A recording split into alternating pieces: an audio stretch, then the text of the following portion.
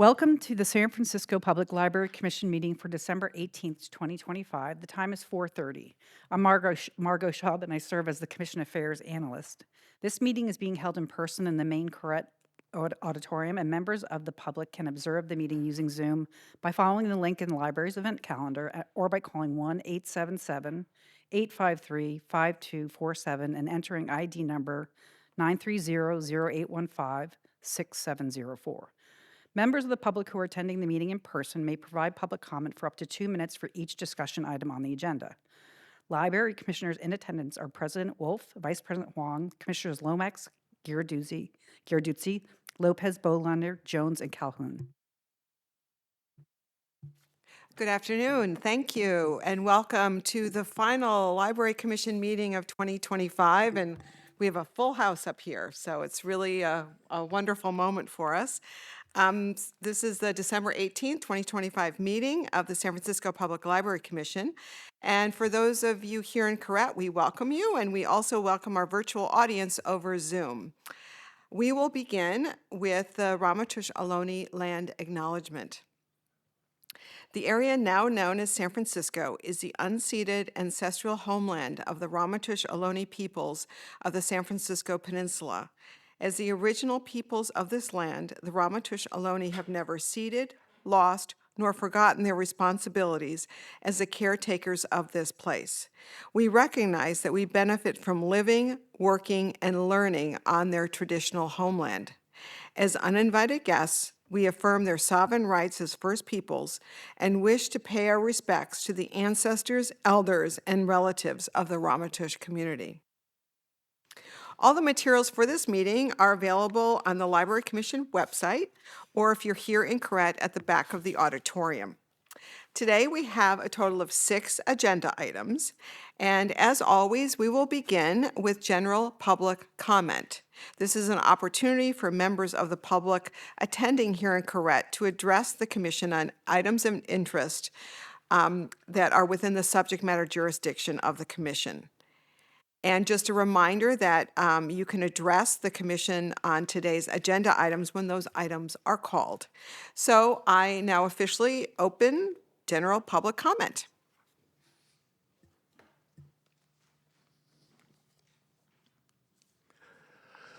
Good afternoon. Peter Warfield, Executive Director, Library Users Association. Library Users 2004 at protonmail.com and P.O. Box 170544, San Francisco, California 94117-0544. I've been going to the One City, One Book program, very interesting for a whole range of ways.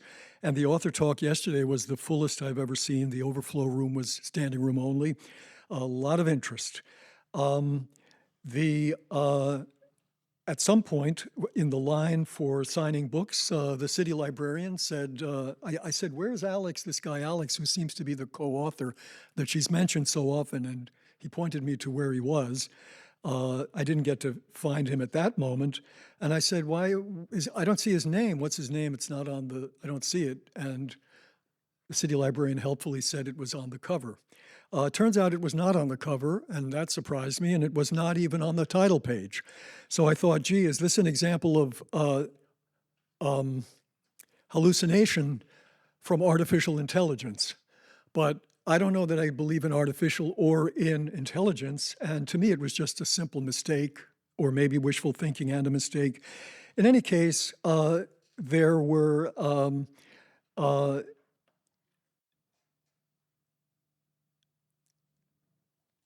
the clear impression that I got from the speaker, who was the author of the book, Fei-Fei Li, The Worlds I See, was that it was not at all neutral, but coming from somebody who didn't mention in the author description in the book that she had worked for Google for 2 years.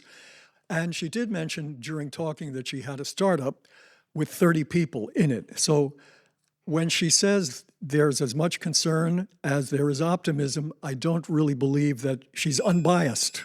Thank you. Thank you very much. Hello, library leaders. My name is Emily Garvey. I'm the Executive Director of Friends of the San Francisco Public Library. First of all, congratulations on a wildly successful One City, One Book. It was so fantastic to be here last night and to feel the community excitement around the programming that was put together. Congratulations. So Friends has our own annual report. As we did last year, we wrapped our report around the San Francisco Public Library gorgeous annual report and present them to our community as a pair because we exist to empower the work of the library, and our support is throughout the wonderful programs highlighted in the library's annual report. I will shout out a few figures from Friends for last year. We are so proud to have engaged over 2,000 donors, 2,291 contributors who believe in the public library and are supporting it financially. And most excitingly, we welcomed over 450 brand new donors into our library funding and membership community, which we're so excited about. We are in the home stretch of 2025 fundraising efforts, so we are in our annual appeal and it is going really well. We are also entering the home stretch of our Mission Branch renovation campaign. We're so excited about the coming new branch and activating the community around getting us across the finish line with this really important capital campaign. Thank you so much. Thank you very much. Any further public comment?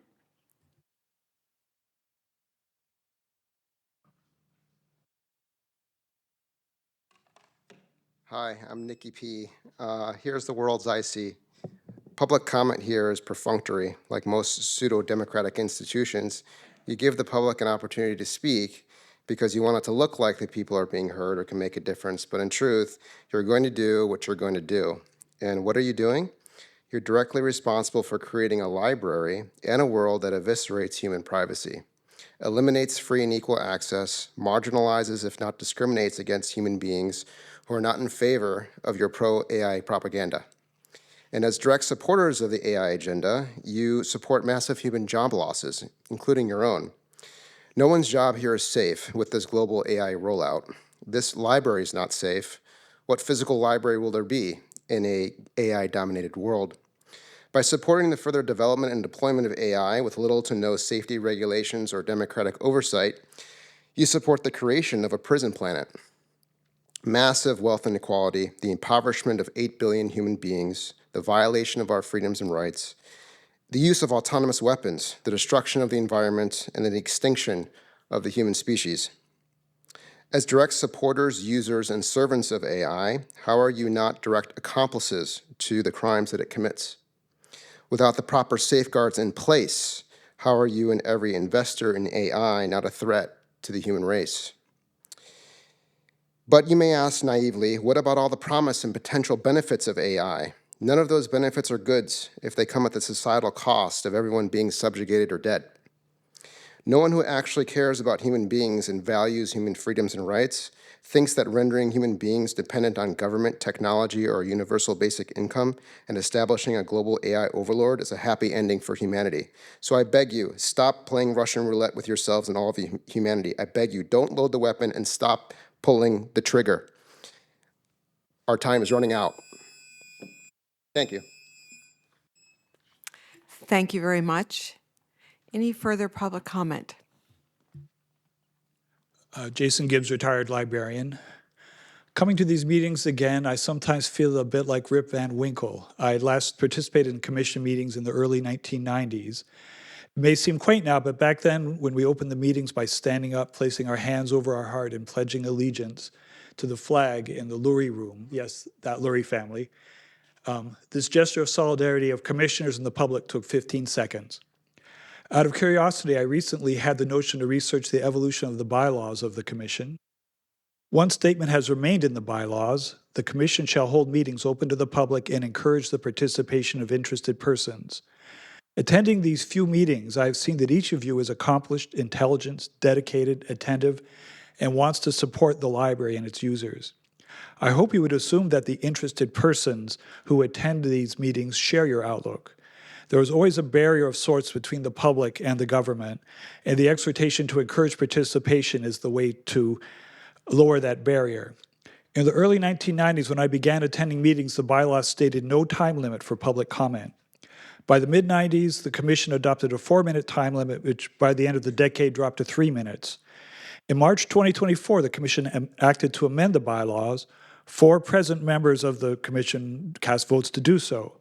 The current amended bylaws continue to state that each member of the public can address the commission for up to 3 minutes. The bylaws are a legal document vetted by the city attorney's office. Every meeting I've attended, the commission has violated its own bylaws that current commissioners approved. If you cut me off before 3 minutes have transpired, you are violating your own rules. You must either follow your bylaws or amend them. The public should learn the rationale for limiting public participation. If you amend the bylaws to shorten the time limit, you could also amend the statement about encouraging participation. But I cannot believe that you really want to discourage participation. The people who stand on this side of the microphone are not the enemies of the Thank you so library much. or of the commission. Thank you for your Everyone comments. here Thank you supports for the your San comments. Francisco Public Library. Thank you. Any further public comment? Seeing there's no further public comments closed. I just want to thank everyone for participating so actively today and passionately. We always appreciate it. We will now move on to item number 2, which is the discussion and possible action to approve the November 20th, 2025 commission meeting minutes. Before we bring this to the commission for discussion and to approve, we open it up for public comment. Public comment is now open here in Corrett Auditorium.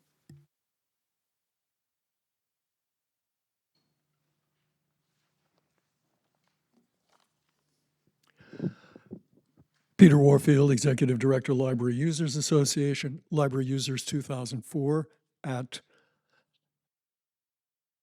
protonmail.com.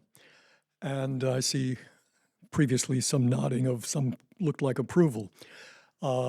That's a more confidential email address. And I specifically said at the last meeting that once I gave the previous email address, I said, sorry, that's not working now. You left that out. And so you've given my wrong email address. I'd like it to be clear that's not working now. And then I went on to give the post office box.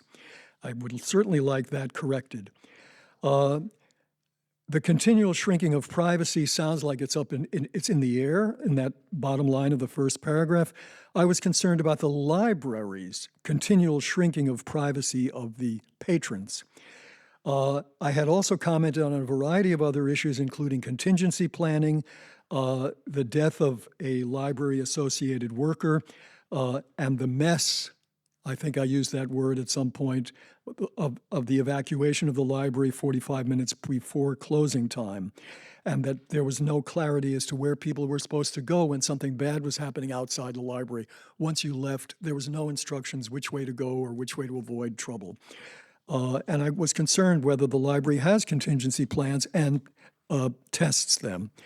The previous speaker just now talked about some illegalities. Certainly the library has a sad reputation for violations of open government law. He mentioned particularly the profound effect on staff morale of that incident and a lack of leadership in terms of the staff's concerns. I have a number of other issues, but those are, for 2 minutes, what I can give you. Thank you. Thank you very much. Any further public comment on the meeting minutes specifically? There have been complaints that the minutes of the meetings have been very brief, and actually I just looked up in the city charter what are required of minutes, or at least a public comment. It's section 67.16. It says that a brief summary of each person's statement should be included, and actually that I've done historical research today that has varied anywhere from 1 line to 5 lines. So I don't know that that is being violated here. But one thing I did notice looking through the old minutes, that the minutes for the year 2002 took 2,488 pages. They are in bound volumes. 2010, it was 428 pages. For 2025, it was 55 pages, like 1/20th of what it had been. And you wonder to yourself, is that because the minute taking is less? Because the commission's doing less? And actually, I don't think that's the case. It's actually because at all these meetings, there is a lot of supplemental material that we talk about in the meeting and that relates directly to your discussion. And in the past, that was included in the minutes. And I feel like to be relevant for somebody looking to the commission's actions, it's important to have all the documents that go with the meeting in with it. And today we're not printing out 2,000 pages to do it. It can all be done with PDF files, no wasting of paper to do it. So I would implore you to revisit that. The other thing I wanted to mention, just the people who complained about how they're represented in the minutes, the charter also says that a person speaking may supply a brief written summary of their comments, which shall, if no more than 150 words, be included in the minutes. So if you don't like how you're represented, you can actually supplement it with that. And I'm going to do that right now for my earlier comments. Thank you very much. Seeing there's any further public comment? Seeing there's no further public comment, I'm going to bring this to the commission, and there is one correction we would like to make. It is that was brought to my attention on page 2. Under commission discussion, it says Vice President Huang said a 9.5% rating, and it should just be a 9.5 rating, not the percent, and possibly 9.5 out of 10 would be ideal there. Any other further comment? And then I just wanted to do a quick spell check on the first name under agenda item number 4, Mr. Ham's name. And then also on Commissioner Lomax-Giarducci's name under agenda item number 2, commission discussion, the first mention of her surnames.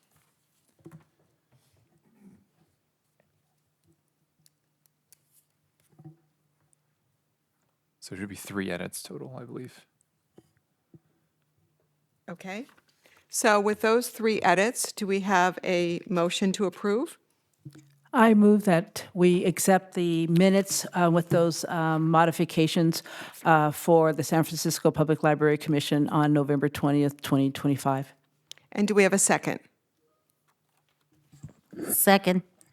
So we have a motion from Commissioner Lomax-Giarducci and a second from Commissioner Lopez to approve the meeting minutes from November 20th, 2025 with those 3 changes. I'll take the roll call. Commissioners, please say aye or no when I call your name. President Wolf, Aye. Vice President Wong, Aye. Commissioner Lomax-Giarducci, Aye. Commissioner Lopez, Commissioner Bolander, Aye. Commissioner Calhoun, Aye. Commissioner Jones. Aye.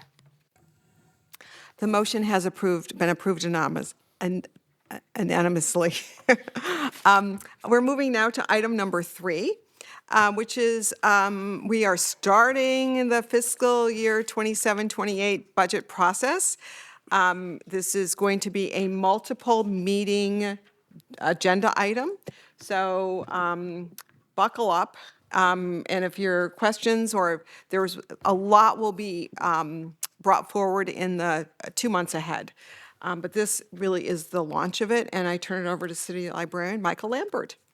Thank you, President Wolf, and happy holidays, commissioners. As you all know, we enter our budget discussions every year around the holidays, and this past week, the Mayor's Budget Office Director shared budget instructions for departments to incorporate into budget planning for FY27 and FY28. In line with last year's process, this cycle, we anticipate another conservative approach to our budget as the city navigates closing a significant budget deficit again.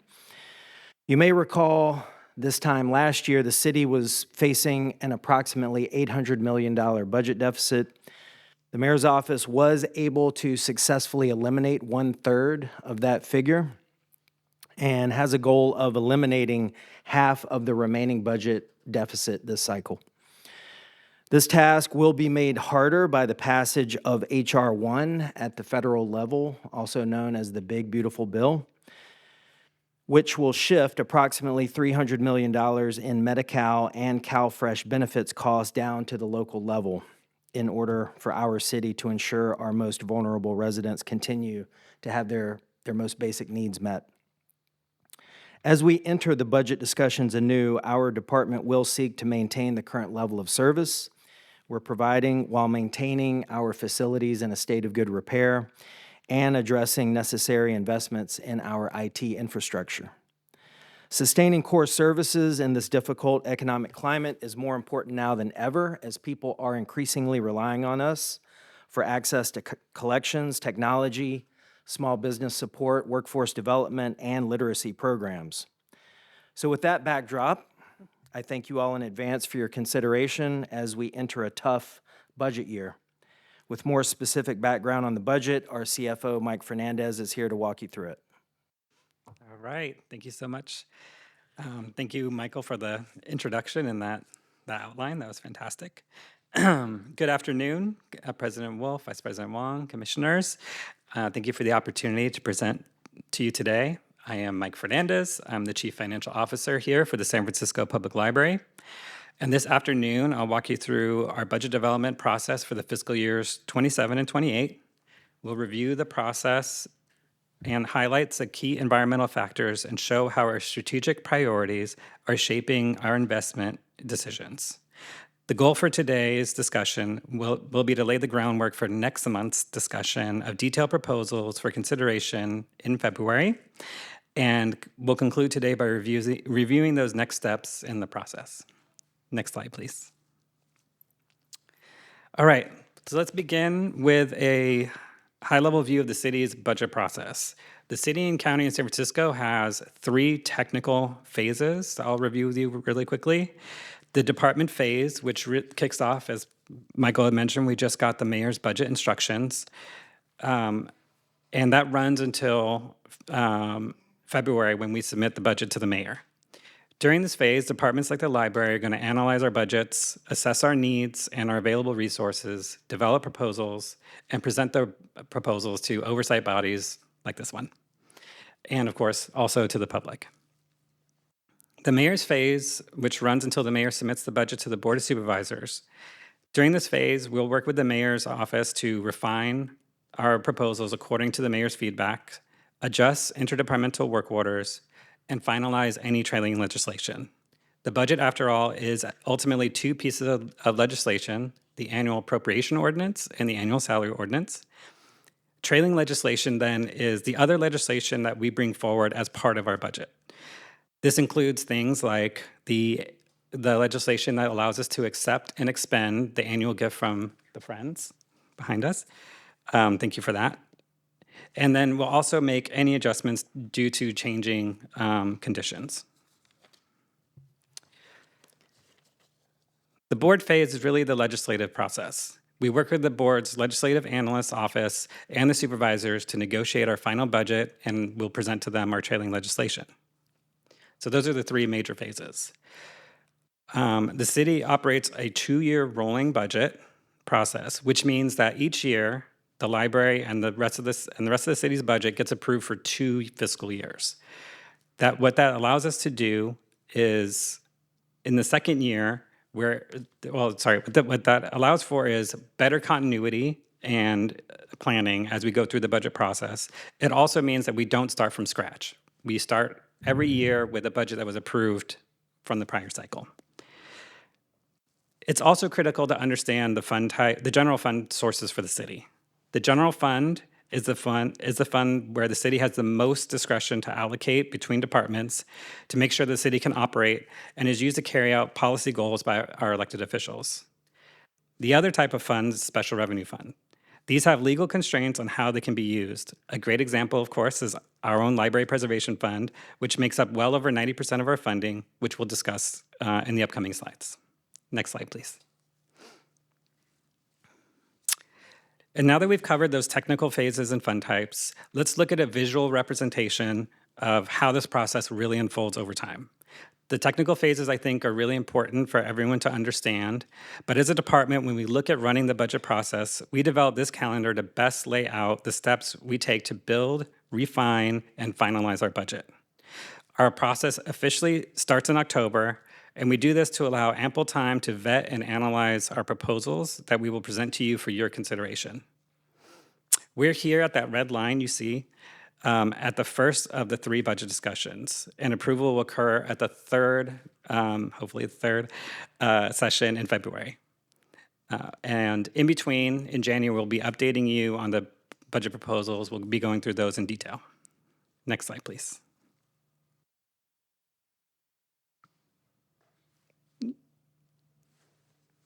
There we go. All right. So the voters, in providing our set aside, also gave us a legal mandate. They agreed to set aside a quarter of each $100 of assessed property tax value, as well as 2.286% of the discretionary portion of the general fund.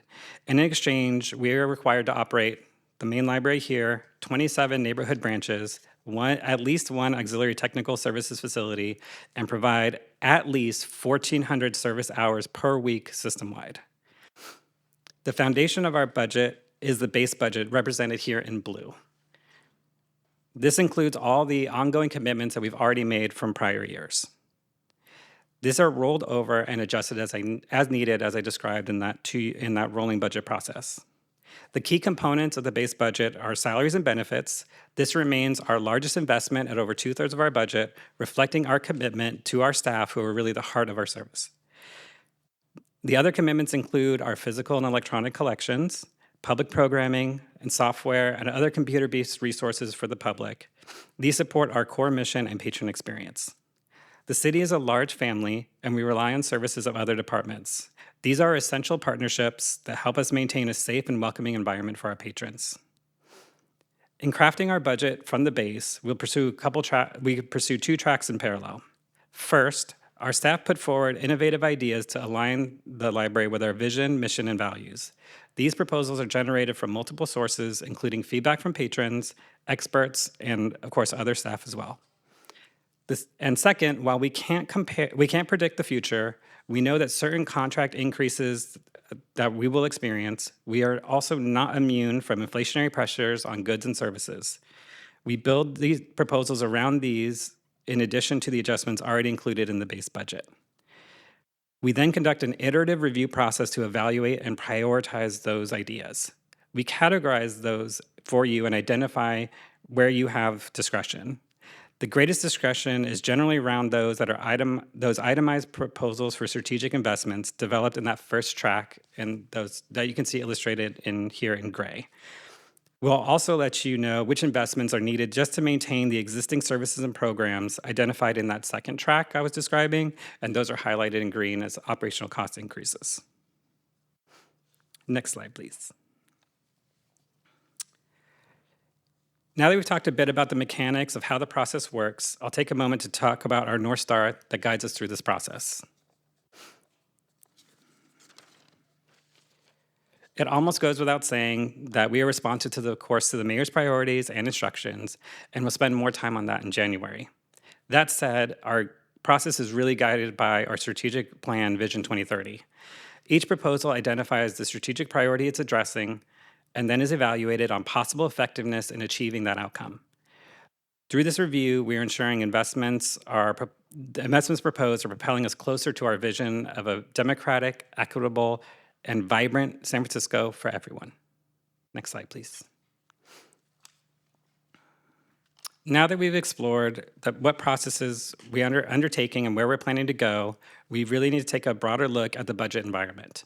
Because as we all know, we are not operating in a vacuum, and the context that we're working in will play a critical role in shaping what we will be able to pursue in this next cycle. To do that, let's first take a look at what was approved last cycle. Here you can see our budget in two tables that present two different views of our budget. On the left, you can see our budget broken out by our divisions, how we organize ourselves by our people. And on the right, you can see it broken out by the type of expenditures. So focusing on that right table, you can see that labor, as I mentioned earlier, is our largest investment. When we start the budget process here in fiscal year 27, it's 69% of our total approved. Like I said, people really are the heart of the library. And in case you're wondering, labor, it does include both salaries and fringes, so it's the fully loaded labor cost.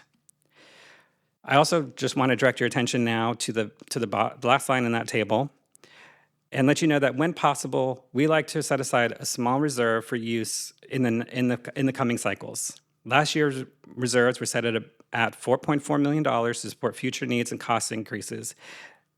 As again, you can see in the last row of the table. Next slide, please. All right.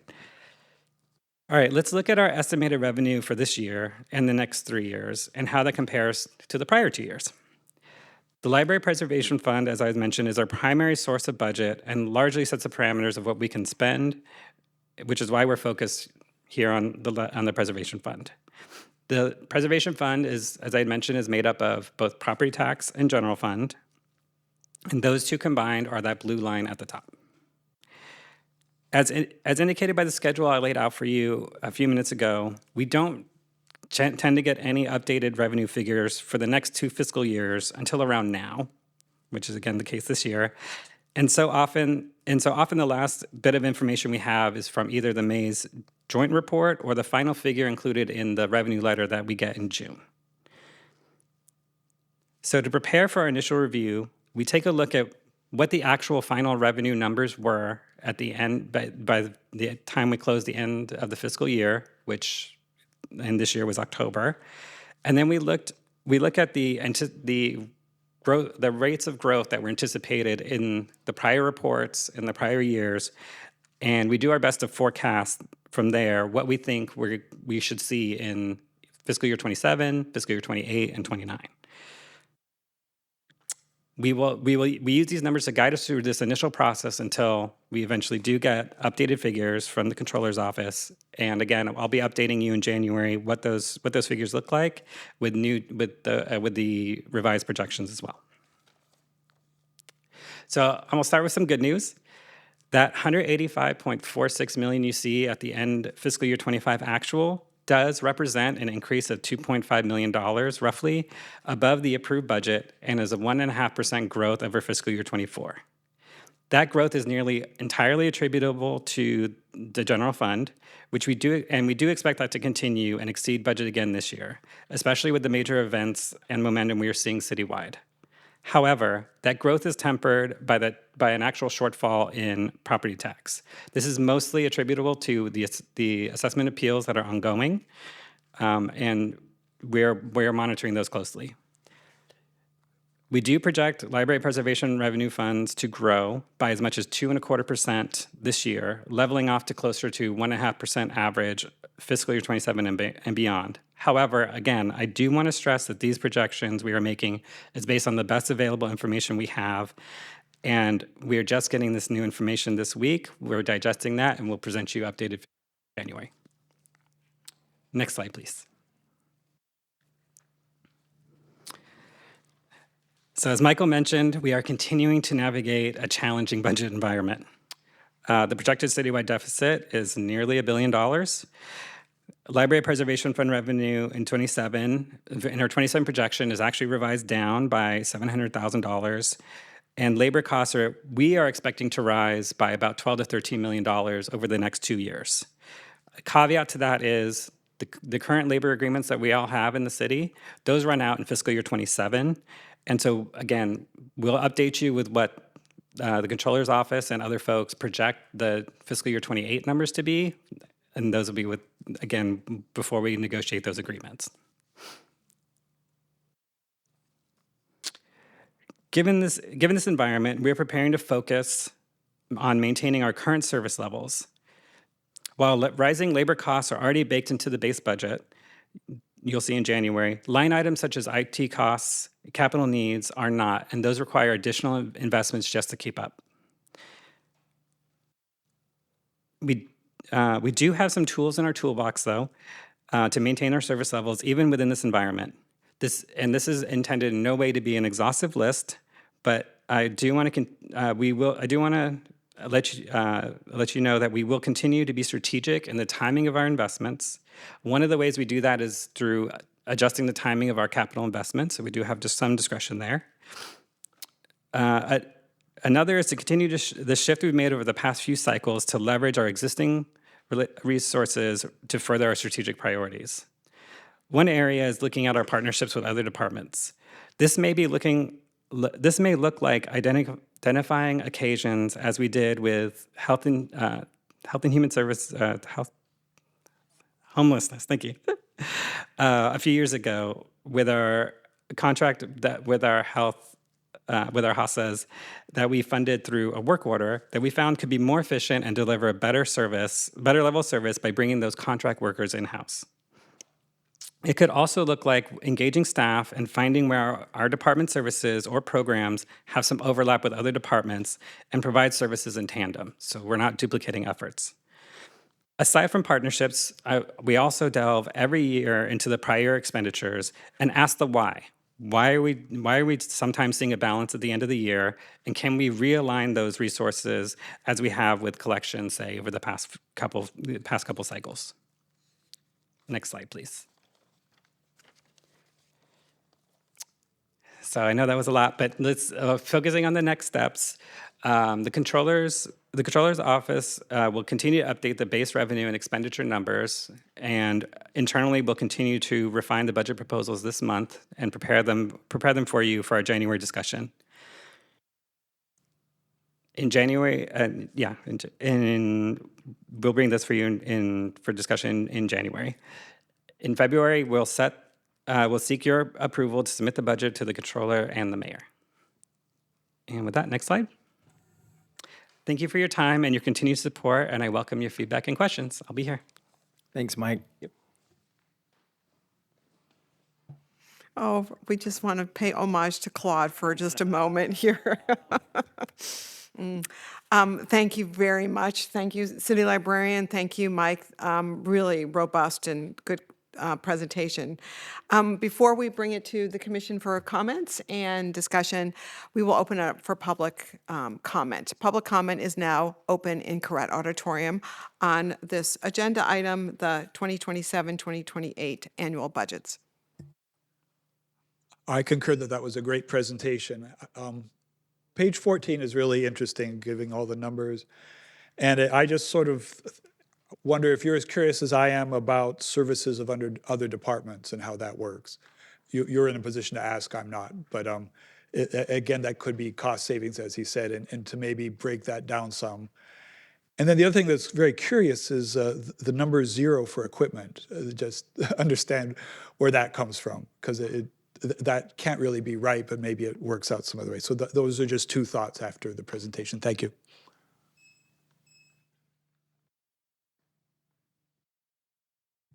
Thank you. Any further public comment?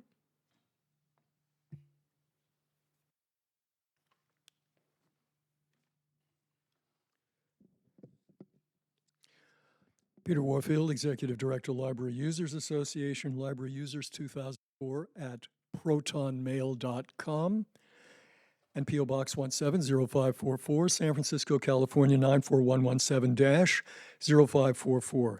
In light of your previous action on the minutes, which are supposed to be a summary of what somebody said, even though I told you you made a flat-out mistake and gave the correct version of how to reach us in every other comment that I made at the previous meeting, I think you need to have a remedial look at, or just a look at, and fund training for everybody, both sides, public and you, on what's required under open government law, such as summary of what the public has said, and that would, of course, imply accurate, which what you did was not accurate. Other things, the previous speaker mentioned exactly some of the things that I would point out. There are no comparisons of prior years, and I'm really stunned by $8 million in the category of community programs and partnerships. I remember when they broke 1 million, and we were pretty amazed by that. Likewise, services of other departments, 16.02 million.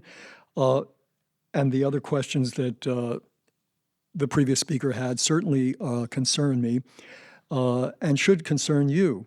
I'd also like to say, not only keep access to electronics, but how about improving access to print of all kinds, including improvements in the catalog, improvements in the speed with which print arrives. Often there's a long waiting list while e-materials are available, and reference copies that stay in the library for popular materials.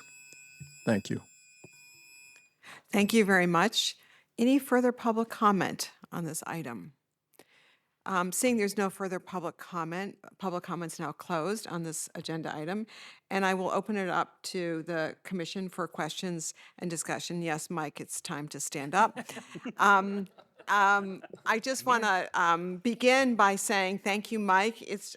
You gave such a great presentation, and I just was reflecting on your years of service here and how you really have really embraced this job so well, and I feel incredibly lucky on behalf of all of us that you are doing this work for us, and just want to thank you for your service.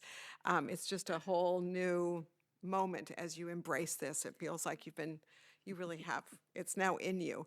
I also just want to say that it's just a few comments that as we look at this, it's just a good reminder when we see this, especially as we approach nearly 70% of the operating budget on personnel, that it gives us very little room for doing new things, for managing other things, especially when you add everything else we have to do, and the facilities that we maintain so well, and that's so much a part of who we are. So it's in these very tough times, and some of us has been here in better times, when there is more of a surplus, that we get to really make some really great decisions to support the staff and their innovative approaches. So now we need to really support the staff in their innovative approaches to streamline, I think about Shelley and the collections and the work she has done to really renegotiate and do things. So I just want to remind us that we are in tough times. We are extraordinarily grateful to the citizens of San Francisco who voted 80% to give us these funds, entrusted us and the library team to use these funds that are so valuable in our city. And in this time of difficulty where every department's going to have to cut, we really have to maintain incredible diligence to provide even more services with less. So that's my little preamble, because I think it's important to just remember we're in tough times. We don't have a lot of movement to make. So, Commissioner Bolander. Thank you so much. Thanks, Mike, for the presentation. Just a few questions about these estimates. Sure. So clearly, there's the delta between the approved budget and the estimate for FY26. And you mentioned for FY25, it came in $2.5 million higher. Yep. And right now the delta is 2.25 million roughly. So do you anticipate that happening again, or given the new, I think last year the deficit was smaller if I'm not mistaken. Yep. It was smaller. And obviously the funding not coming from the federal government because of the big beautiful bill, whatever. What's your thoughts? Like where's the wind blowing on this? Because this seems a little bit worse than last year. Yeah, it's a very good question. Thank you for the question, Commissioner. What we're seeing what we saw at the end of the last fiscal year was a lot of momentum on the general fund side. So there's all indications that would continue. We have a lot of larger events happening here in the city and the surrounding areas that are kind of one-time events that would indicate a good reason for a positive outlook in fiscal year 26, right? So we had Dreamforce this year. We will have the Super Bowl and World Cup, which are giant events across the city. The general fund has a lot of sources, but sales tax is definitely a big part of that, as well as the business tax revenue is particularly strong. It is something they were a bit concerned with all the with all the legislative changes they did around the business tax and transferring from business tax from a payroll tax to a gross receipts tax. It seems like they've figured out faster than they were a little concerned that they might be able to really figure out how to implement that well. And we're seeing overall kind of positive growth in the business sector in general that's really helping those out. That said, that's only one side of the preservation fund, right? The other side is the property tax. And the property tax is it's definitely impacted by the appeals.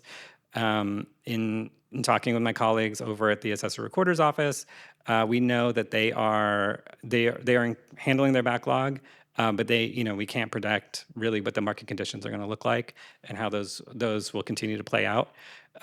So far, it's been fairly stable for the last 3 years. There's been some up and down, but the variance has been pretty small. So it looks very flat on the property tax side, whereas the general fund side does seem to be growing. But that 2.25%, 2.5%, just really pales in comparison to the growth in expenditures. Right. And that's And- really the two growth rates are kind of incomparable at this point. And when you say appeals to the recorders, can you explain that a little bit Sure. more? Yeah, happy to. So the way property tax works is, and again, I don't work for the assessor recorder's office, nor am I an attorney, but the way that property tax basically the way it works is when you get your property tax bill, if you feel like you've been assessed incorrectly on the value of that property, both residential or commercial, you have a process to appeal. You still have to pay. Right? You still have to pay the property tax as currently assessed, but you can appeal. And those appeals, I forget the exact timeline, but it can take several years to play out that appeal, especially on the okay. commercial side. And so what ends up happening is as the appeal process is working its way through, what we do in the city to prepare if we do lose some of those appeals is that we make contributions into a fund that's there to pay out the difference. So you would get a rebate if you were assessing correctly.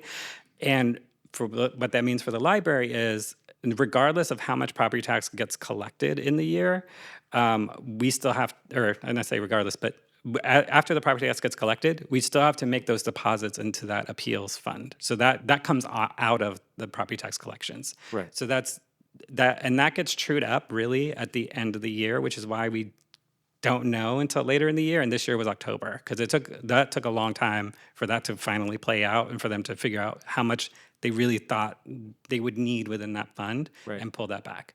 So just on a technical side for our staff, for my team, it does get a little frustrating because we can't see what that will be until the very end. So we don't necessarily know as we go through the year like we do with general fund. Like the general fund side, we can see how those collections are coming, generally speaking. But the property tax one, we see what gets paid, but we don't see what's going to come off the top at the end. And so, yeah, I guess the assessor office has to then model that. And do you know if appeals have been going up? Because Appeals have been going up ever since, really since 2020. Appeals have definitely been going up, and they are like all the other departments are figuring out how to do things more efficiently and streamline, do as much as they can with what they more have. efficiently, yeah. And unfortunately, the professionals who handle the appeals are the same folks who are doing the assessments. So, yeah, it's kind All of a right. crunch on their end. wow. Yeah. I'm glad I don't have your job. I'm- You do a great job. Thank you. Thank you. Any further, Vice President Huang? Just one quick clarification. So I know that you're waiting for more information from the mayor's office and updated numbers and everything. What numbers on this slide could potentially change next time? So I'm perhaps looking at the page numbered 15 with the graph. Yep. Is this how much of are we saying basically 27, 28, 29, all those numbers could potentially get revised? Yes. Up or down? Yeah, 27 through 29 will all get revised as we get new information. Okay, gotcha. The information that we're having to base that on is just a little bit stale. Okay, gotcha. Okay, thank you. Commissioner Calhoun. Thank you. This is great. You wouldn't believe it, but I really enjoy this, and I appreciate all the work you're doing. It's probably a small number, but we had a presentation a few months ago about the delta between full employment and actual employment. Sure. And I would imagine that results in a line item somewhere in the budget. It does. Is that significant, and where would we see that in here? And then how is that how do you model that out? How do you predict sort of where that number will go in this 2-year budget cycle? Fantastic questions. Thank you, Commissioner. So in this presentation here in December, we're not going down to that level of detail. But that is a good question. We do a line item. It's typically called attrition savings in City and County San Francisco parlance is what we typically will call it. And correct, we the two pieces of legislation I mentioned is the annual appropriation ordinance, the annual salary ordinance.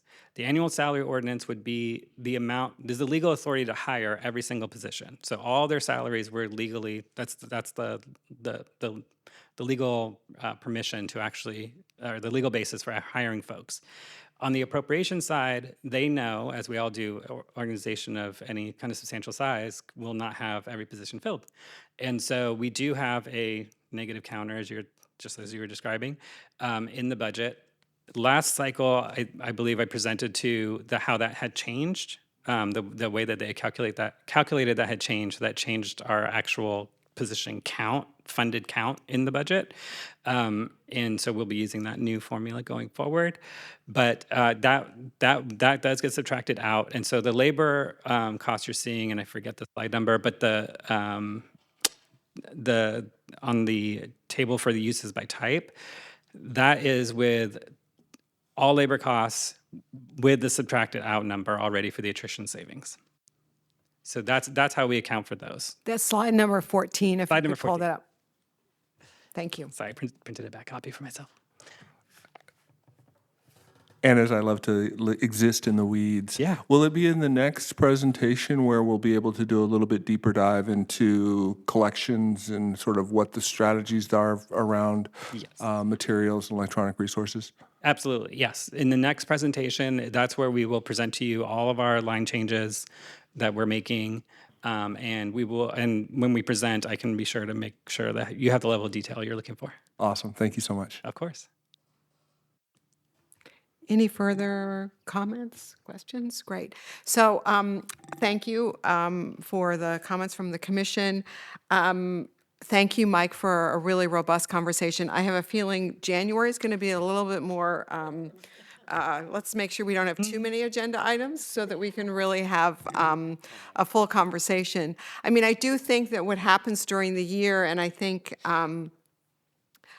is that we hear different presentations by different, like we've heard from Shelley about how she has done extraordinary efforts to cut back and renegotiate and do different things, and then that gets kind of integrated here. So it's a good reminder that all these things we're hearing about actually then get manifest here. But I do want to just say to the staff, thank you for the extraordinary work they do, and that given what's happening in our city, our country, the headwinds we're all facing with finances, I don't know anyone in any sector who is not having to do more with less, or at least sustain the high quality and levels of excellence with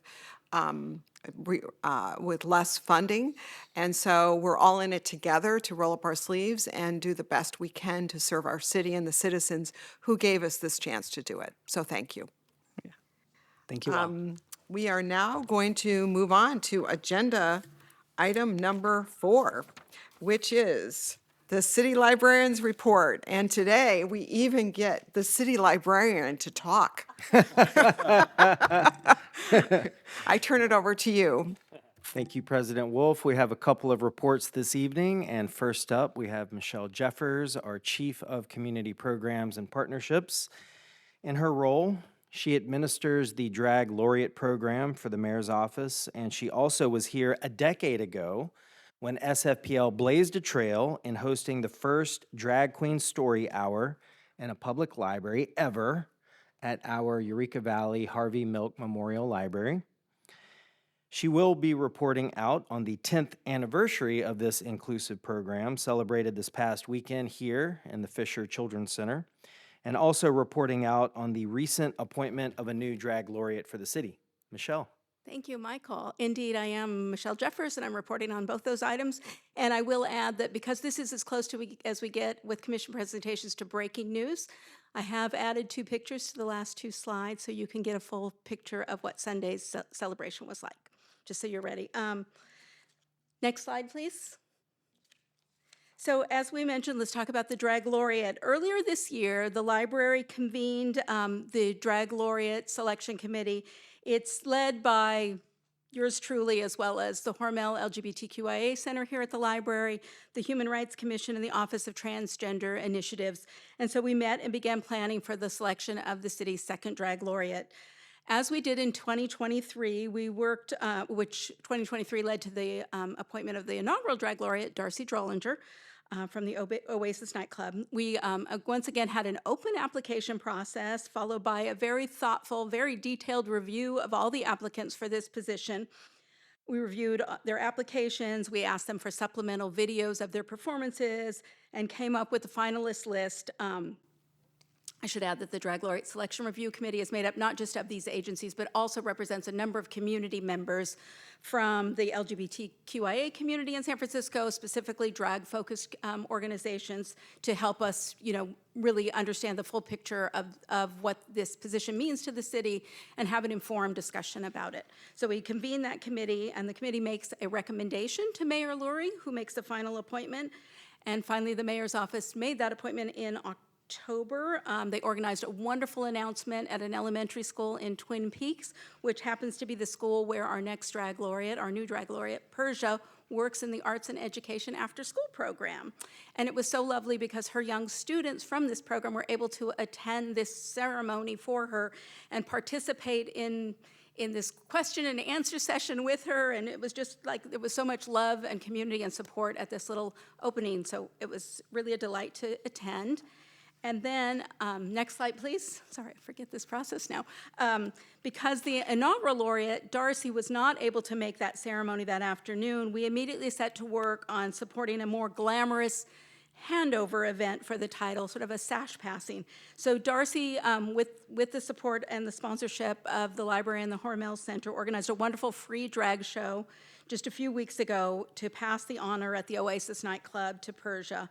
And I want to share my appreciation as well for Christina Mitra, our manager of the Hormel Center, who worked very hard in helping us to get this little program off the ground and to support the whole process through the selection committee and the review of our candidates. And I also wanted to highlight Darcy's quote here about how meaningful this program is and that it is more than just drag and, what is it, like a figurehead, that it really does reflect the artistry of this community and bring to San Francisco. Next slide, please.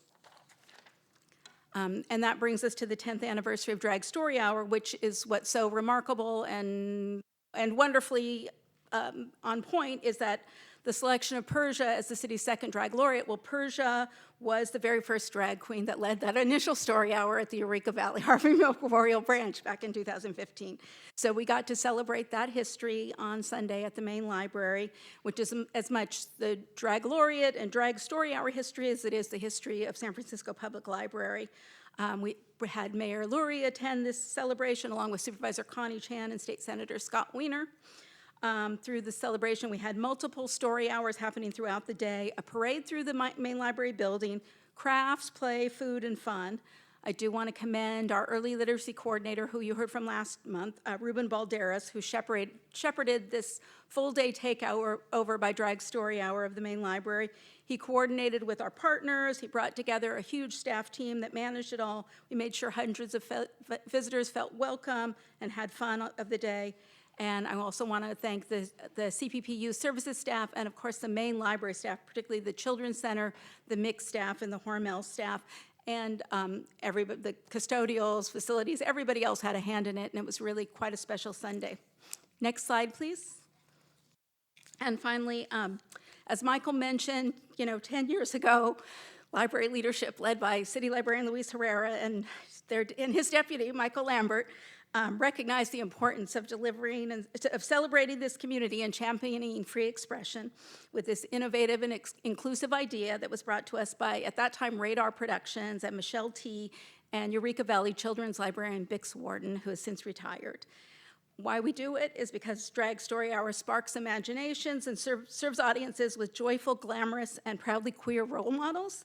In library spaces, kids in particular are able to see people who defy rigid gender restrictions and can imagine a world where everyone can be their authentic selves.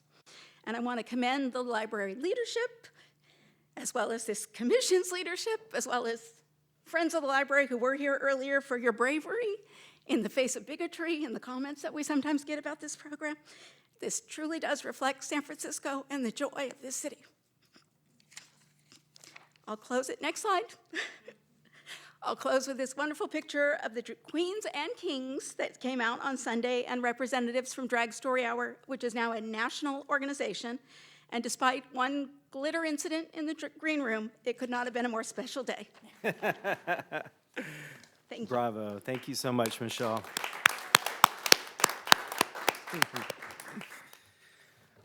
All right, next slide, please. In closing out the city librarian's report, I'm pleased to report out on my own travels to Taiwan, and I'm over my jet lag now. At the invitation of the National Taiwan Normal University's Dean of the School of Learning Informatics and the Graduate Institute of Library and Information Studies, I accepted an invitation to keynote the Library Association of the Republic of China Library Conference. Next slide.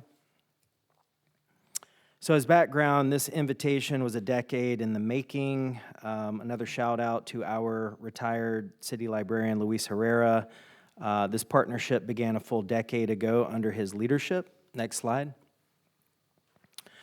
So during my trip, I was able to take full advantage of the opportunity to visit many of the newly constructed and most innovative libraries in Taiwan. The first library that I visited was the Kingpu Technology Branch Library, and it is in the city of Toyun. So the image you see in the center is a transparent wall. This is where patrons pick up their holds. That is a robot on wheels there. Your library card is embedded in your citizen ID card with an RFID chip. So you scan your citizen ID card at that little kiosk, the robot whirs around, and the arm grabs your book out of the slot where it's being stored, and it drops it down into another slot where you can retrieve it. It was pretty far out. Next slide. I've got another video here of a robot in action. I don't know if you need to click on that middle image or not. QuickTime not available.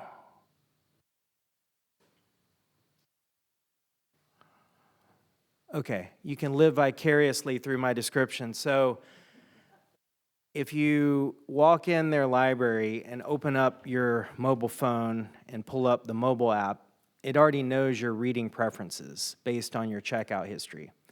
So if you pick a book that it's recommending for you, it'll give you some options. This robot instantly comes out to greet you, and it escorts you to the exact shelf where the book is waiting, and the shelf lights up. So I saw the future of libraries in Asia. Next slide. Also in Toyun City, very kind of upscale area, very dense. They've got this beautiful, relatively new library. This is their main library. It opened in 2022.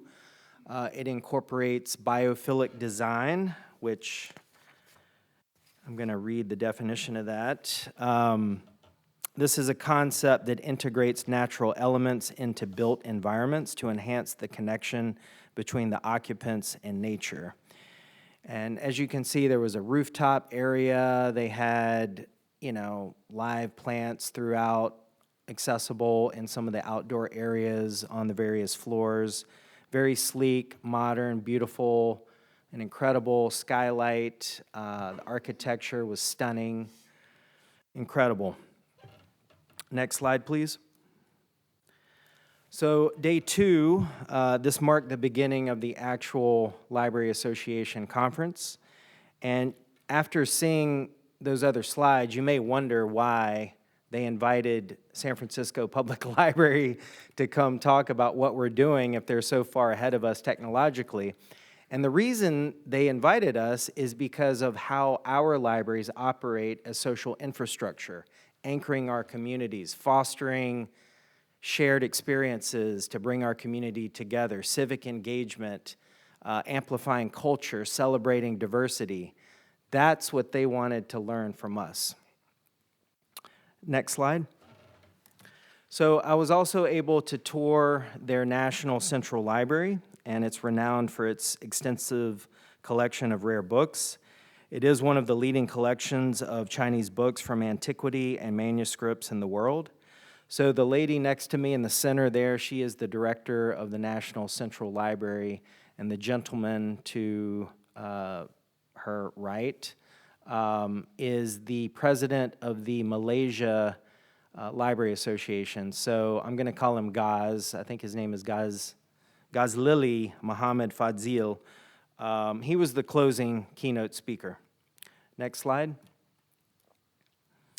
The National Central Library has transformed the space of their former Arts and Audiovisual Center into a new multimedia center entitled Open Lab. So this accommodates a digital media lab and a maker space with all the latest bells and whistles.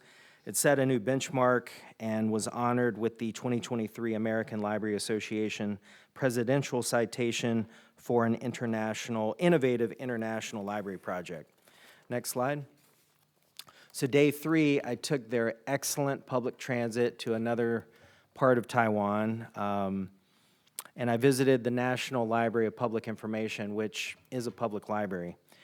So since 2023, December of 2023, the NLPI has been utilizing smart technology to develop virtual intelligent librarians that mimic the appearance of human librarians, complemented by real voice synthesis technology.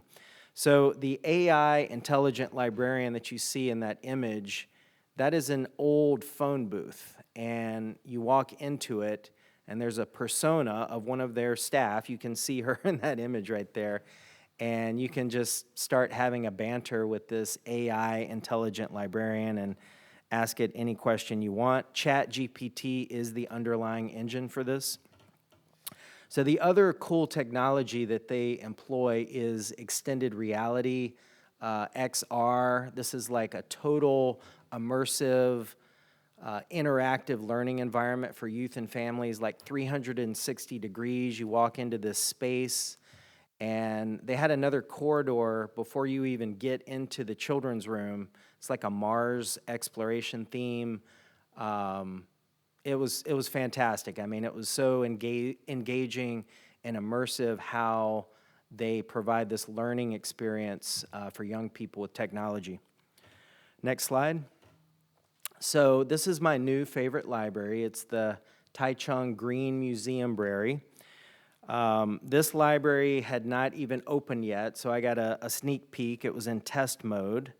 It's built adjacent to their version of Central Park on an old airstrip, well, what was an airstrip during World War II. Next slide. So this is a rendering from the park view. The left side of the building is the museum. It's an art museum. The right side is the library. Next slide. So the design principles that the Japanese architect employed are openness, transparency, and fluidity. So walking into the library, the lobby, the first floor of this library, this is the most elegant library experience that I've ever witnessed. And, you know, there's zero visual pollution, very Spartan in the decor. You know, the clean expansiveness of this architecture was very inspiring to me.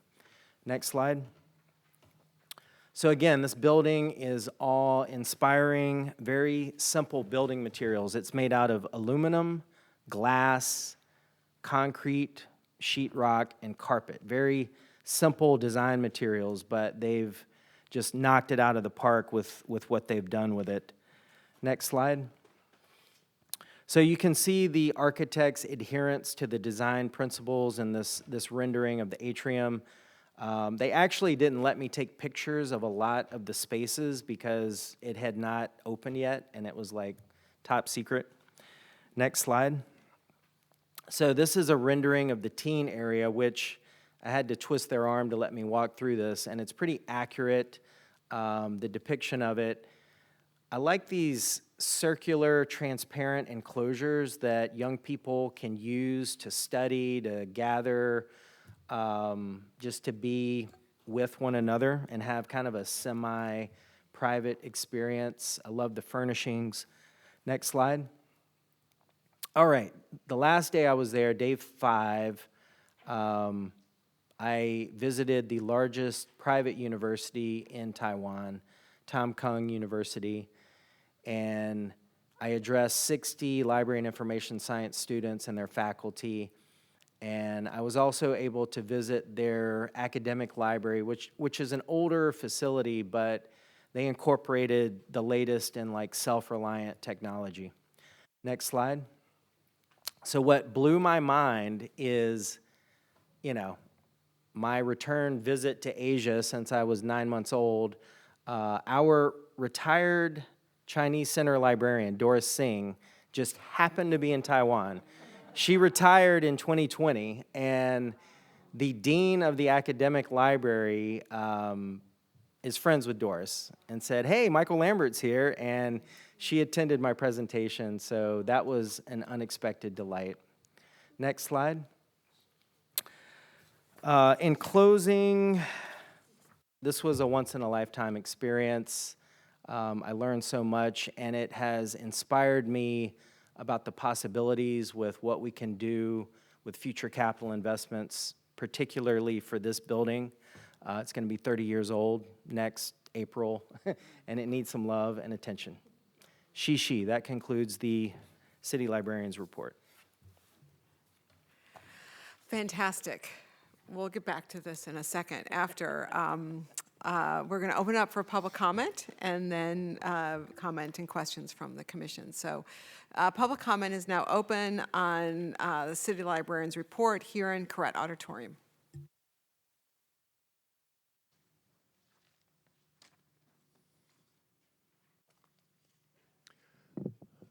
Thank you very much, Peter Warfield. Thank you for the presentation. Peter Warfield, Executive Director, Library Users Association, Library Users 2004 at protonmail.com, and P.O. Box 170544, San Francisco, California, 94117-0544. I guess I've heard the phrase edifice complex. I'm just wondering, when the book is pushed out from a vending machine-like device, where do people browse books? That's one of the ways that people find material that's of interest, whether they're beginners who don't even know how to use the catalog or experienced users of libraries. Overall, I'd like to know what is the cost and the purpose and the functioning programming that our sister library relationship represents. And I'm hearing news of things getting hotter in Taiwan. Are we going to have you having to go to the State Department in future? With respect to the drag events, I want to talk about something. I missed a number, and in particular, there was a day when there was the story hour where I was in the building for hours and hours for two different events, had no clue that it was happening whatsoever. I've often said to a number of people, not often, where is the sign that when you walk into a facility, especially a branch, but certainly the main library, here's what's happening today? The idea that I could be for hours and not see anything is problematic, I think. It's chaotic publicity. And today in the elevator, I saw something from November, all done, and something in January, long in future.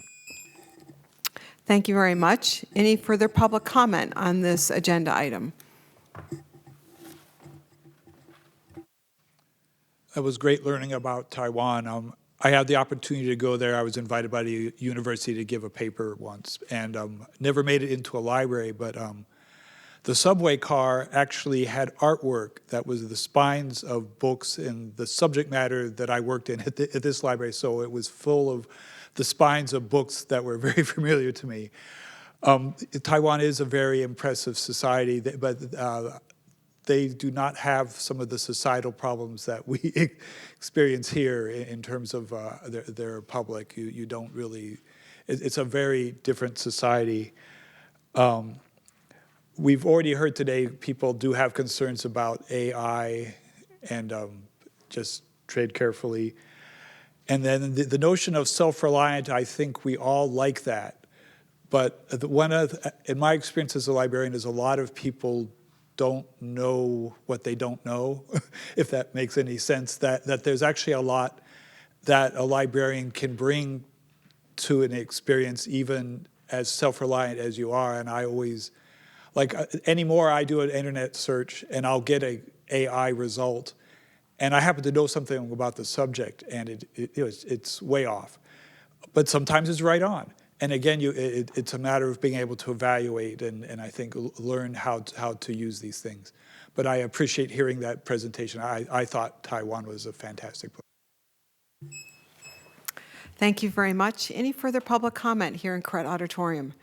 Seeing there's no further public comment, we will now, public comments closed, and we'll now turn it over to the commission. And I'd just like to say it was just, this was a fascinating set of presentations because, Michelle, your presentation on the Drag Laureate and the Drag Story Hour, really, it's like looking back at something that the library started 10 years ago that was so revolutionary, so bold, so innovative. And then Michael's the other bookend about looking ahead. And I just don't, I think one of the things I always like to say about the Drag Story Hour is that we were a national leader. We were the first to do it. It was bold, it was innovative, and I never want the library to stop being a leader. And it takes so much effort and so much courage, and it means you're probably doing things twice as hard in order to accommodate it. But and then looking at what Michael was talking about, the future, like we don't know what our future is, but we need to be bold, and we need to keep saying, you know, it started here in San Francisco. We need to make that part of what we can contribute. So it was just a wonderful bookends of something that happened so bold a while ago that still is now considered sort of, well, not everywhere, but in many places in America considered a norm. And so it was a wonderful presentation, so thank you for that. And thank you, Michael, for making us kind of itchy for the future. And I just want to say, I don't know if the presentation last night about One City, One Book and AI, it was one of the best best discussions about AI I've ever experienced, and I felt it was really illuminating about the extremes and how you stand in the middle. The people who are think it's going to be the only thing, and people who think it's going to make the world a terrible place, and how do you carve a spot in the middle? Because it's here, it's happening, it's like electricity is how they were describing it. You don't have a choice. So anyway, we've had that discussion, and I just think that we, as a library, can really carve a pathway forward in that middle ground. So, turn it over. Commissioner Lopez. Thank you, Michelle. First of all, I want to congratulate you because this has been like a challenging in many ways. But I want to say that, you know, you do such a great job, and the poet laureate, the drag laureate,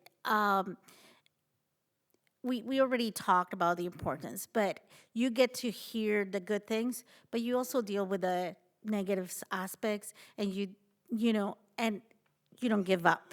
You keep pushing and you keep supporting them. I had the opportunity to go to Oasis for the passing of the baton in a way, and I was so impressed with Portia and how she also represented the library, and hearing people like shouting, you know, for the San Francisco Public Library. It was great. It was great. I commend you because you always you know, it's a committee, but your initiative and dealing with everything that this process entails is not easy, because I think that there are people in this world who do not have an open mind that will challenge just for the sake of challenging something. and you open the doors. And I miss story hour. I wish I would have been here. But I saw all the social media aspect of it, and I know it was great. But to be quite honest, and I know you don't do it alone, but I think that you make us look really good. So thank you. Thank you, thank you. And then, Michael, next time, hopefully the budget is in the future, like the commissioners could have their meeting in the wonderful library. It just looks massive.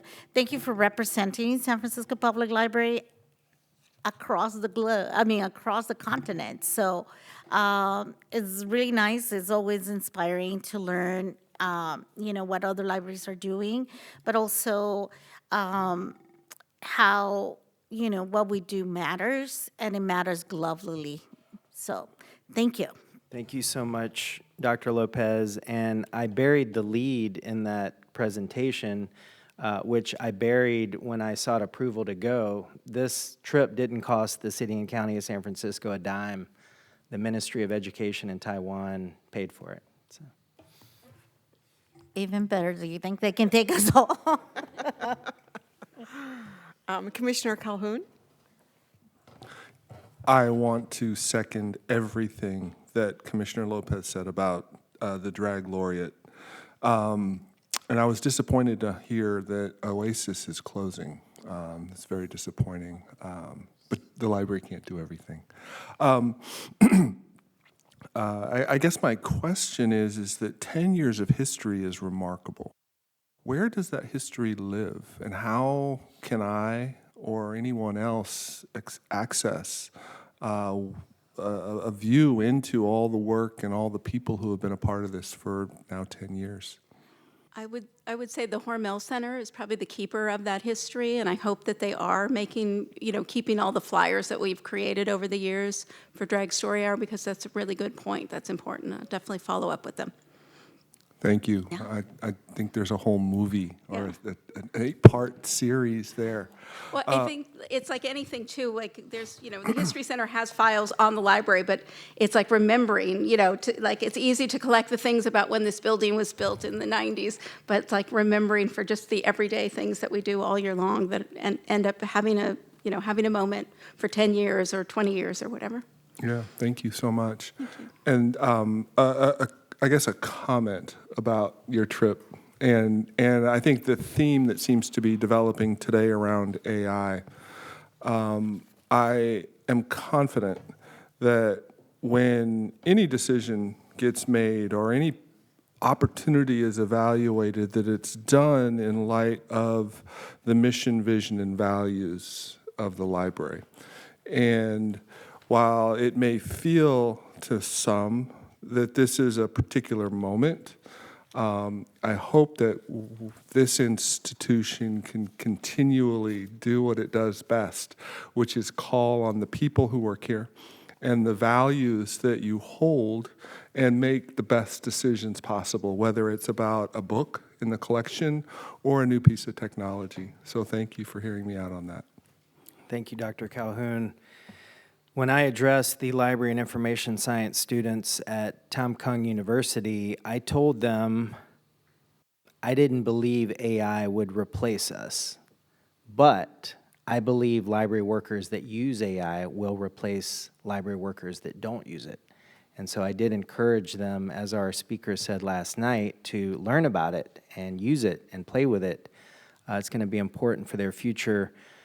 The library, the first library, the technology branch, that was the first library in Taiwan to have full integration of AI, generative AI with robotics. And it was amazing. And I do believe really in the power of automation to, free up people from rote tasks to allow us to have more of an impact.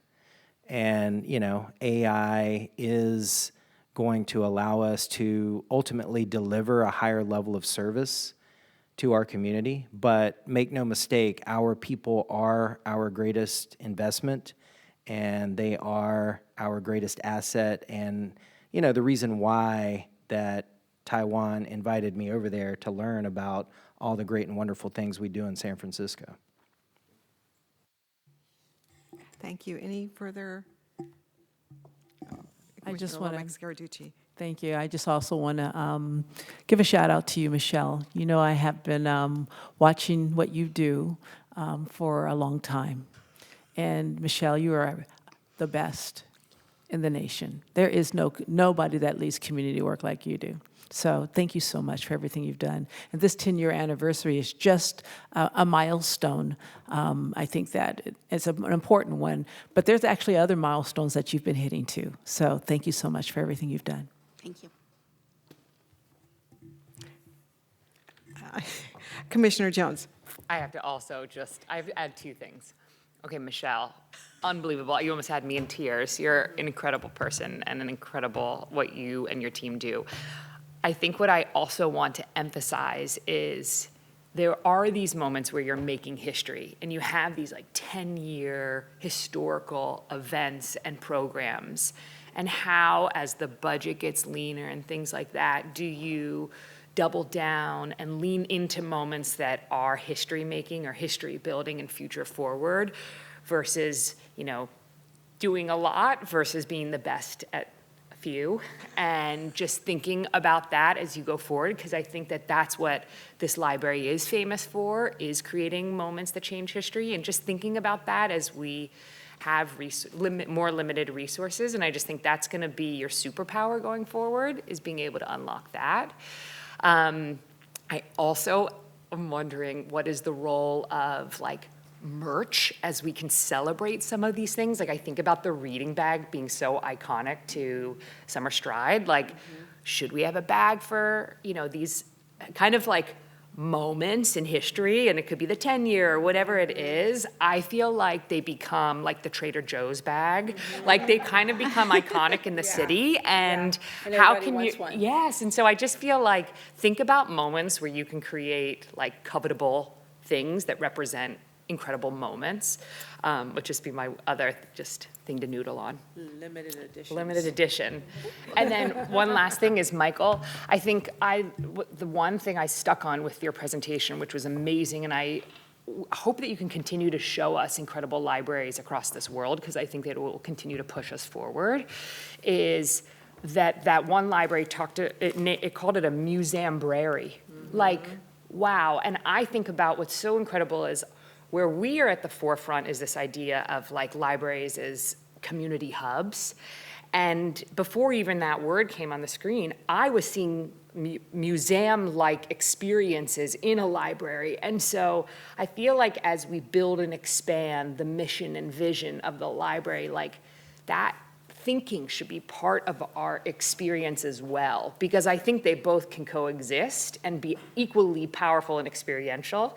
So I just love that, the museum-brary. I love that. That's so cool. So thank you for showing that to us, and I just feel like that's an add to what we're doing. Thank you. It was an honor and a privilege to represent all of us over there. And, we will have an opportunity in the next couple years to really unlock these aspirations that we have, that our community has for the future of the San Francisco Public Library, and engage the community in a conversation about our extensive network of neighborhood libraries and, the types of capital investments that we need to make that are future forward.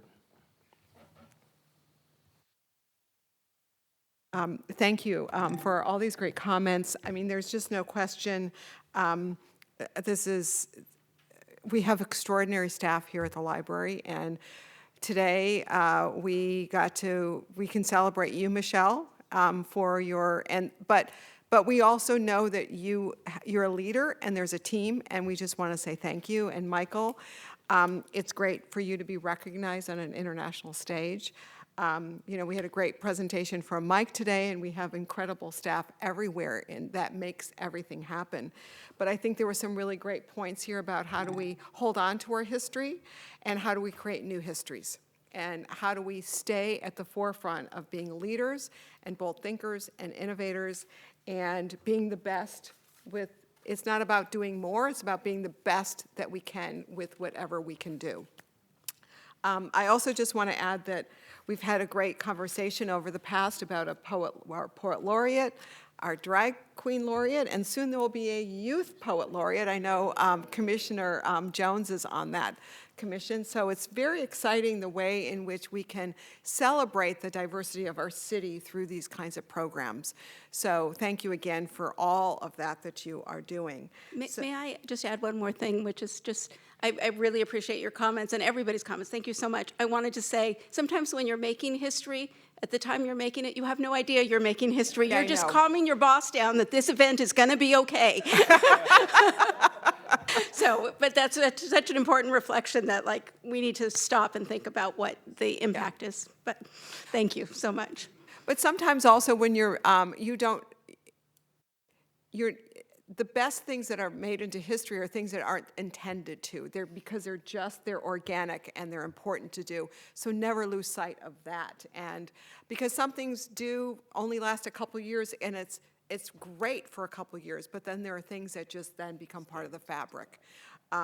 So anyway, so thank you everybody for your comments. Thank you to the staff who supported all this, and congratulations, Michael, on being so recognized by your peers internationally. I just think when I looked at the museum library, like, we all need roller skates. I mean, that I was thinking, wow, we'll get our steps in. They don't do things on a small level in Taiwan. It's big. Okay, so let's move on to item number 5 so that we can really start planning the future. This is to make sure that we have a set of meetings scheduled for next year, that they're made public. And so they are up on the screen. I just want to, they're held on the third Thursday of the month, but I would like to make sure there's an asterisk on February 12th, because that is not the third Thursday, so I want to be really clear about that when we publish this. That is the second Thursday of the month, and that's because of the budget cycle. And there are not going to be 2 meetings in the month of February.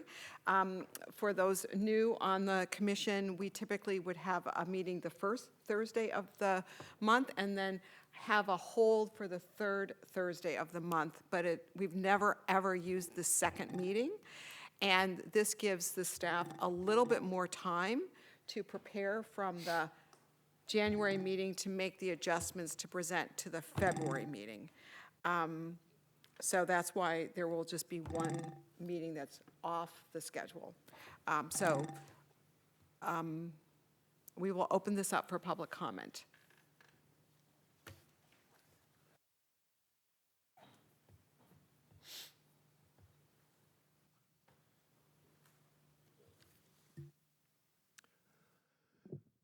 Peter Warfield, Executive Director, Library Users Association, Library Users 2004 at protonmail.com and P.O. Box 170544, San Francisco, California 94117-0544. Thank you for mentioning the change in date on February 12th and the fact that you want to cut the second meeting, which I think is a pity. I think that the budget is, as somebody from the city attorney's office once said at a library commission meeting, that's where the rubber meets the road. And I think it's very important that at least you should have a little more time as something that you're prepared, if necessary, to go through with. I also noticed that there's no break in the summertime. You usually have a month off, usually not a month off in the summer. Well, you used to. Anyway, there's no break. There's no break scheduled. Thank you for the correction, but there used to be a break. Maybe you did it by cancellation. In any case, there's no break for the summertime.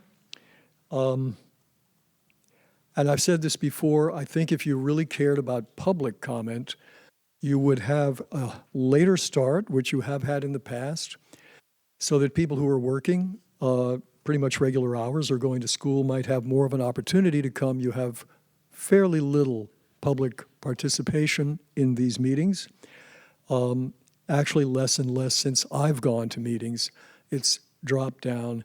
And as Jason said previously, the length of the meetings, as well as the content in the minutes, has shrunk over the years quite dramatically. There used to be quite long, much longer meetings than now.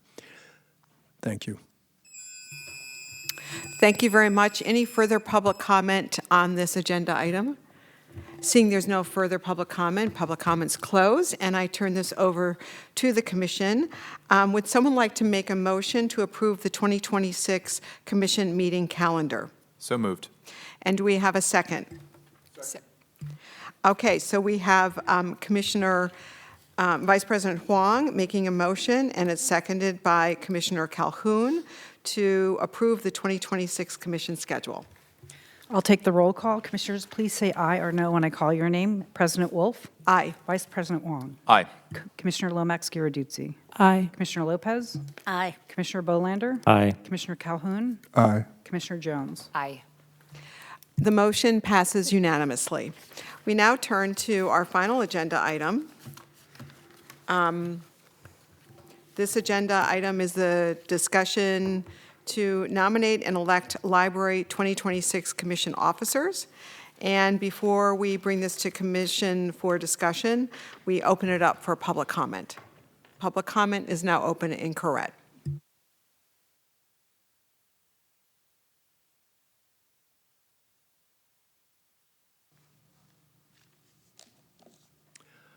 Peter Warfield, Executive Director, Library Users Association, Library Users 2004 at yahoo.com, at protonmail.com, and P.O. Box 170544, San Francisco, California, 94117-0544.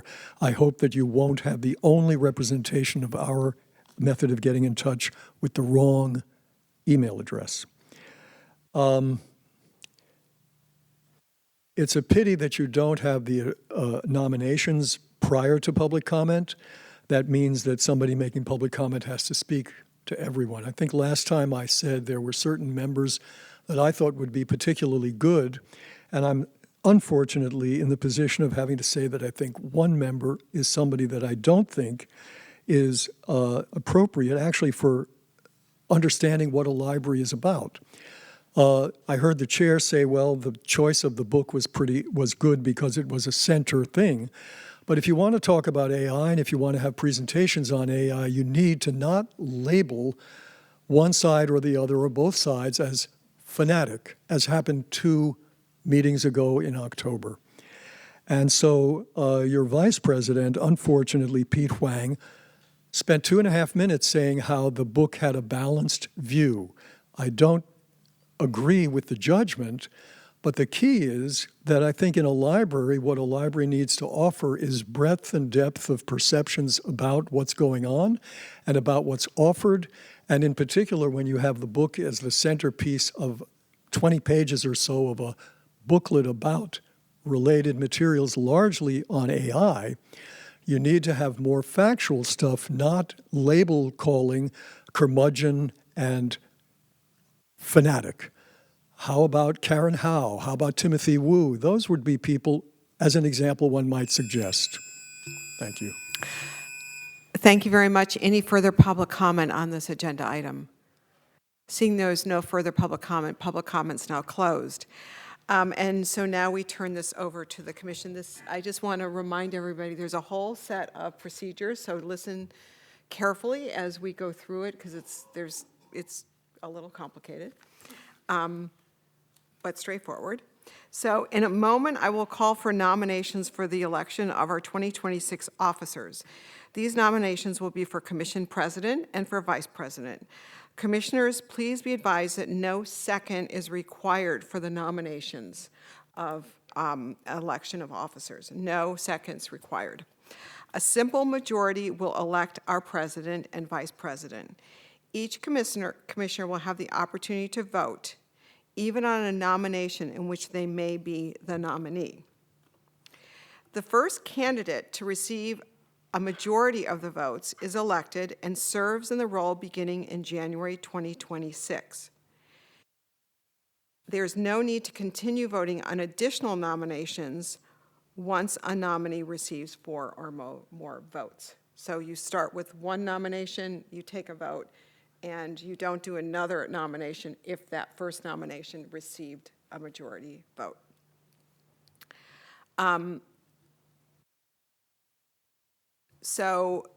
First, we will call for the nominations for president, and then we will call for the nomination of vice president. Everyone understand the protocol? Yes, so Yeah, just for the avoidance of doubt, perhaps, I believe the process is we do all nominations for president. We'll then vote one by one on those nominations. And then we'll call for all nominations for vice president and then vote one by one for those nominations. And the first one that has 4. yeah, the first one that The has first 4. one of Yes, each, yes. yes. Thank you. Okay, so we're going to start with the nominations for president.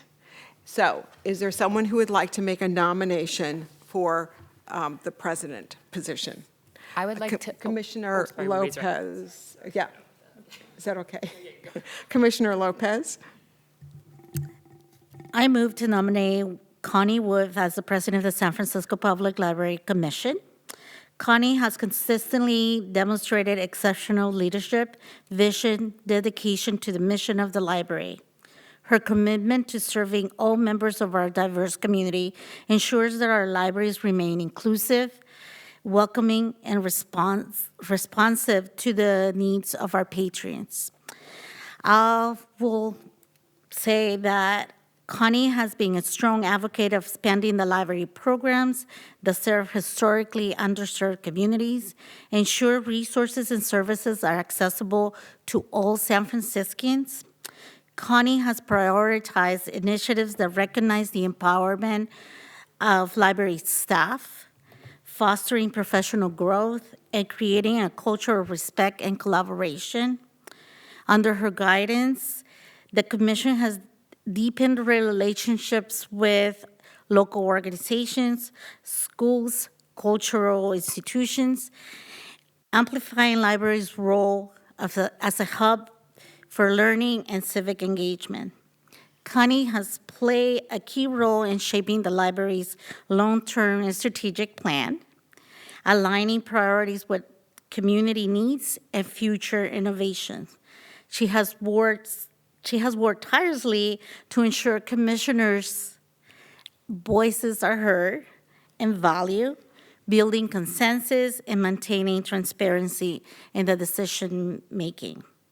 Her ability to balance strategic priorities and community engagements makes her an ideal leader to continue guiding this commission. Under her presidency, we can be confident that the library will continue to thrive as a cornerstone of education, equity, opportunity for all San Franciscans. It is a pleasure and honor for me to nominate Connie for president, as she has been also my March partner and event partner as well. So I hope you accept this nomination. I do, and thank you. That was so beautiful. Are there any other nominations for? There are no further nominations. Okay, I will take the roll call for the nomination of Connie Wolf for Commission President. Commissioners, please say aye or nay when I call your name. President Wolf. Aye. Vice President Wong. Aye. Commissioner Lomax-Giorduzzi. Aye. Commissioner Lopez. Aye. Commissioner Bolander. Aye. Commissioner Calhoun. Aye. Commissioner Jones. Aye. Connie Wolf is our 2026 Commission President. I just want to say thank you. I know we have the next one to do, but I just want to say thank you. It is such an honor and privilege to serve the city, to work beside each and every one of you. I so admire your stamina, your dedication. I learned so much from your comments and your questions. I feel like we've got some really exciting work ahead of us, and I feel really great about the kind of relationships we have with each other and the trust we have, and I really wanted to say thank you. And Commissioner Lopez, it was just so beautiful and so meaningful. I'm just quite speechless, which is very hard for me. But I thank you. That was really, it's been such a pleasure. And so thank you. I really appreciate it. So now we will move to, now that we have done the presidency, we now move to the vice president. And so once again, a simple majority elects the vice president. We'll start with a nomination, and then we will continue from there. So do we have a nomination for vice president? Vice President Huang.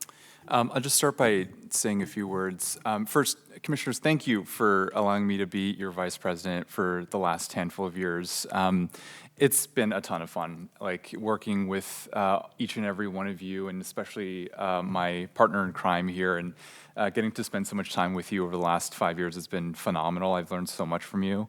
And you all know that I love the library. I love getting to be on the, to serve on this body and to get to form a deeper relationship with this institution through getting to work closely with Michael and Maureen on a more regular basis, and to kind of take a peek behind the curtains a little bit more frequently, and kind of see how this organization is built and run to be the fantastic place that it is, has been so fun. And I've done a lot of job hopping over the last 10 years of my career, and like this is my sort of longest job so far. So it says a lot about kind of what we're doing, right? But I was lucky to be reappointed this year for another term, and I personally have really enjoyed when new voices get to be a part of this, and I think the conversation changes and the dynamic changes every time there are new folks on board. And so, in keeping with that, I,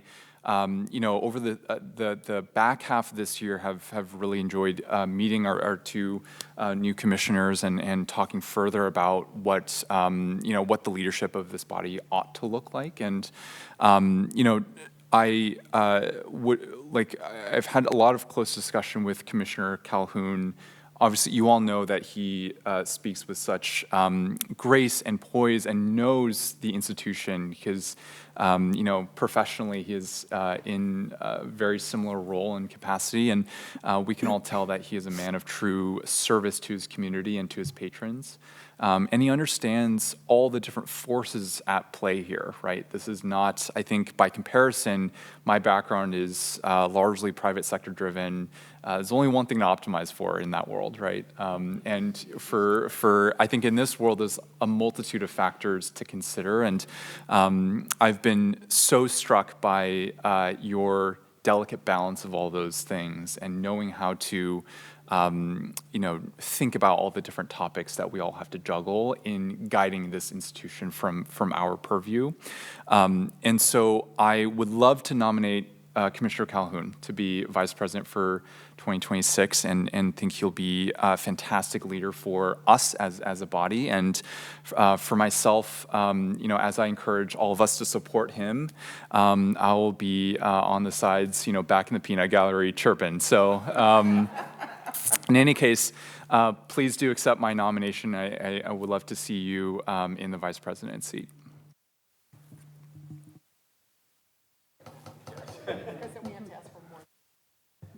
That's true leadership right there. I accept the nomination. Are there any further nominations for vice president? Okay, I'll take the roll call for the nomination of Sean Calhoun for Commission Vice President. Commissioners, please say aye or no when I call your name. President Wolf. Aye. Vice President Wong. Aye. Commissioner Lomax-Giarduzzi. Aye. Commissioner Lopez. Aye. Commissioner Bolander. Aye. Commissioner Calhoun. Aye. Commissioner Jones. Aye. Commissioner Sean Calhoun is our 2026 Commission Vice President.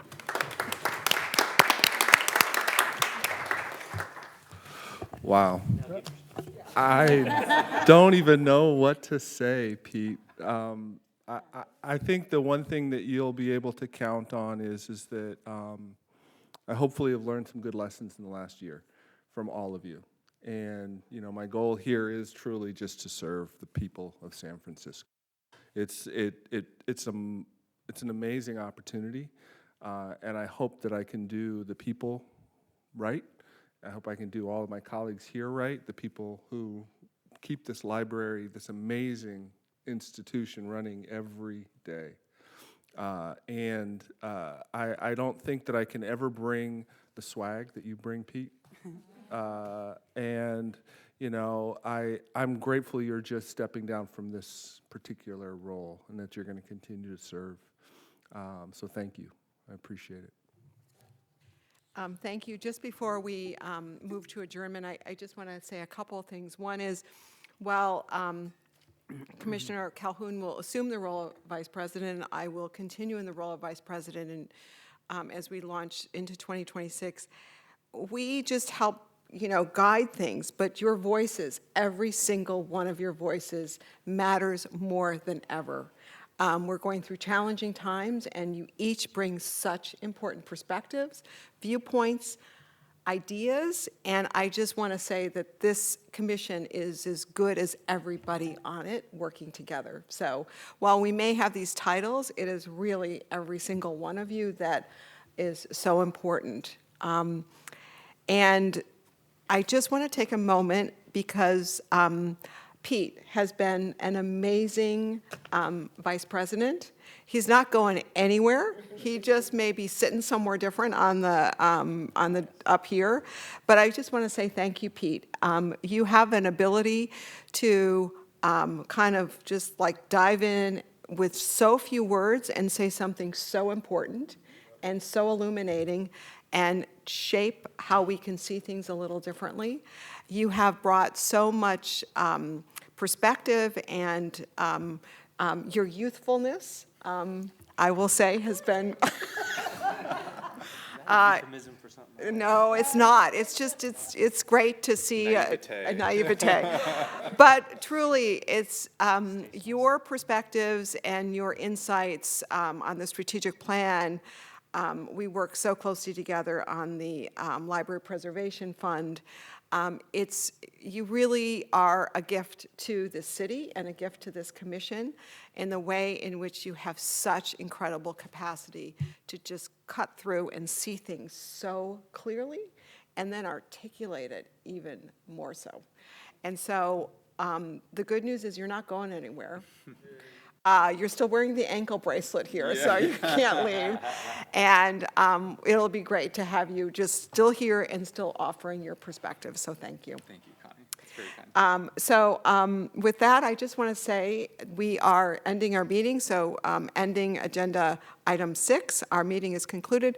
This is the end of our meeting for 2025. It's been a great year welcoming 2 new commission members. It's been an exciting year for the library. The statistics, the information, the programs, the community engagement, how people are responding to the survey and letting us know how important the library is. Our work is continuing, and the staff continues to inspire us each and every day. And we want to thank them for another banner year, and rest up because 2026 is going to be tough. There's no question about it. But given the energy and the spirit of the staff and the commission and the community who is always pushing us to do better, it's going to be a great year ahead. So I just want to say thank you and wish everybody happy holiday and a really healthy and prosperous and joyful new year ahead. So thank you.